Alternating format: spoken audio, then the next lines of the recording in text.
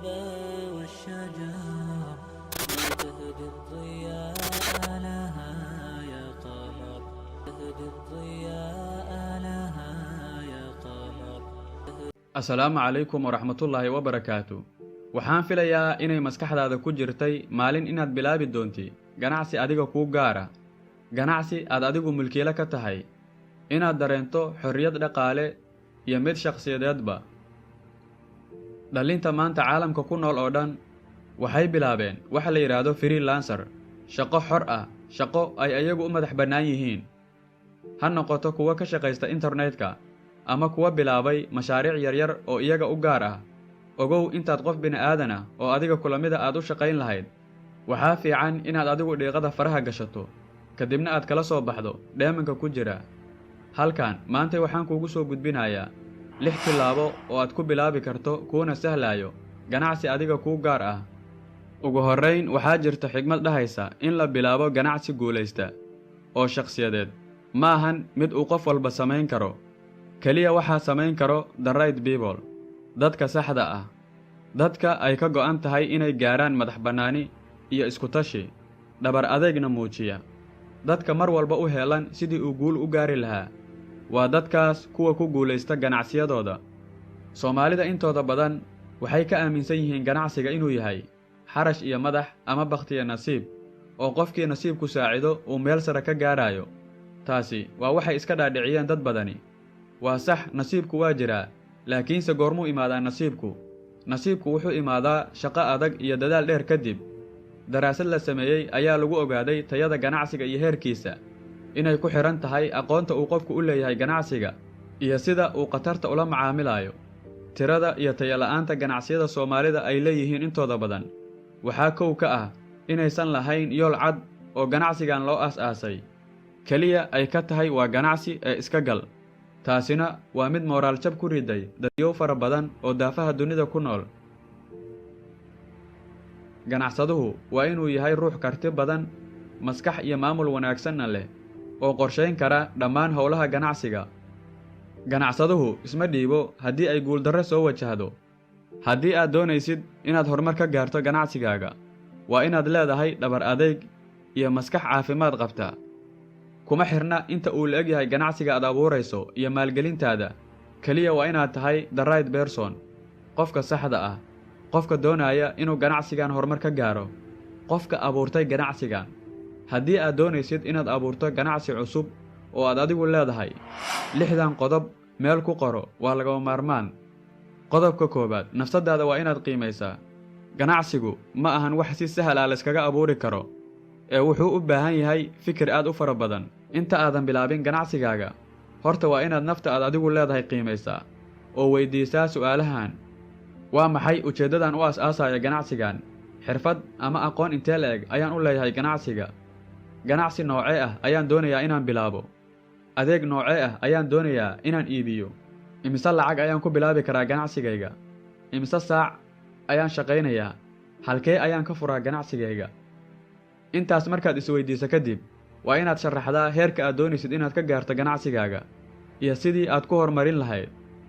waa muhiim inaad dejisataa yool cad oo aad doonaysid inaad gaarto maalin maalmaha ka mid a. qodobka labaad, waa inaad isweydiisaa diintu maxay ka qabtaa ganacsigayga? ma mid xalaal ah mise waa mid xaaraan ah? waxaad arkaysaa ganacsiyo waaweyn oo sumcad iyo maqaam sare sheeganayo, bulshadana bullaacad ka iibinayo. waxaan filayaa inaad fahantay ujeeddadayda. ujeeddada oo kooban waa inaad abuurtaa ganacsi uu Alla subxaanahu wa tacaala raalli ka yahay.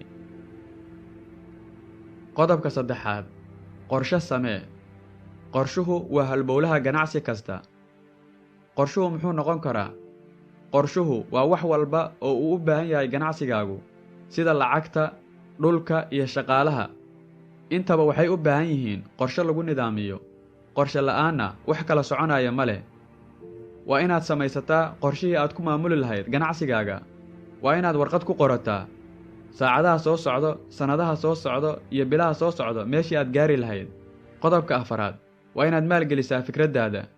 markaad soo dejiso dhammaan qorshaha ganacsigaaga, waxaa meesha imaanaya maalgelin.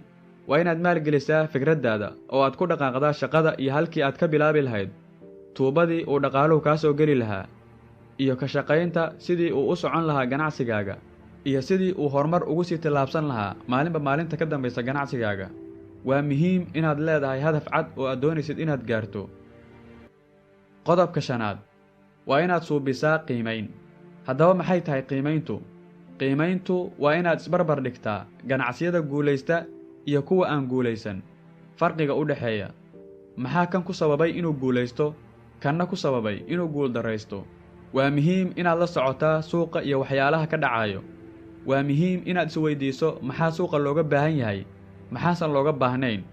had iyo jeer waa inaad suubisaa baaritaankaasoo ah maxay dadku u baahan yihiin, maxaa laga xiisaynayaa waddanka waqti xaadirkan. mar walba waa inaad heegan u ahaataa oo aad la socotaa suuqa iyo waxyaalaha ka dhacayo. waa inaad suubisaa baaritaan joogto ah maalin walba. taasi waxay ku siinaysaa fikrad ama il dhaqaale oo uusan qof kale horey u samaynin. taasina waa su'aal muhiima. qodobka 6 hal abuur joogto ah. haddaba su'aashu waxay tahay, waa maxay hal abuur? hal abuurku waa sidii aad ganacsigaaga wax ugu soo kordhin lahayd, waxay rabta ha noqotee ama fikrad ama dhaqaale. ganacsigaaga markuu gaaro meel sare, waxaa muhiim ah inaad ka fikirtid qaabkii aad booskaas uu hadda joogo ugu sii hayn lahayd, ama aad ka sii ballaariso oo aad horumar kale u sii tillaabsato. taasina waxay lagama maarmaan u noqotay inaad leedahay hal abuurnimo joogto ah oo marba marka ka dambaysa aad ganacsigaaga wax uga beddelayso. ganacsigu wuxuu noqday halbowlaha ummad kasta oo dunidan ku nool maanta. waddan weliba inta uu ka dhaqaale badan yahay waddan kale, ama uu ka wax soo saar badan yahay, ama uu ka awood badan yahay, waa inta uu ka ganacsi badan yahay. waddamada ugu wax soo saarka iyo ganacsiga wanaagsan waa waddamada dunida ugu horumarsan maanta, sida Shiinaha, Maraykanka iyo Jabaan. haddaba markii aad doonaysid inaad abuurto ganacsi, waa inaad isweydiisaa su'aalahan. 1 fikraddayda ganacsi ma tahay mid wanaagsan oo dadka anfacaysa? 2 ganacsi noocee ah ayaan doonayaa inaan bilaabo? 3 ma waxaan doonayaa inaan aas-aaso shirkad cusub, mise mid horey u jirta inaan iibsado? 4 keligay miyaa furanaya ganacsigan, mise waa shirko oo waa layla wadaagayaa? 5 halkee ayaan ka furayaa ganacsigayga? 6 faa'iido intee la-eg ayaan ka helayaa ganacsigan doonayo inaan hadda abuuro? waa muhiim inaad isweydiiso 6dan su'aal markii aad doonaysid inaad abuurto ganacsi. waxaan filayaa inuu fiidiyowgan ahaa mid ku caawiyey oo aad wax badan ka faa'iiday.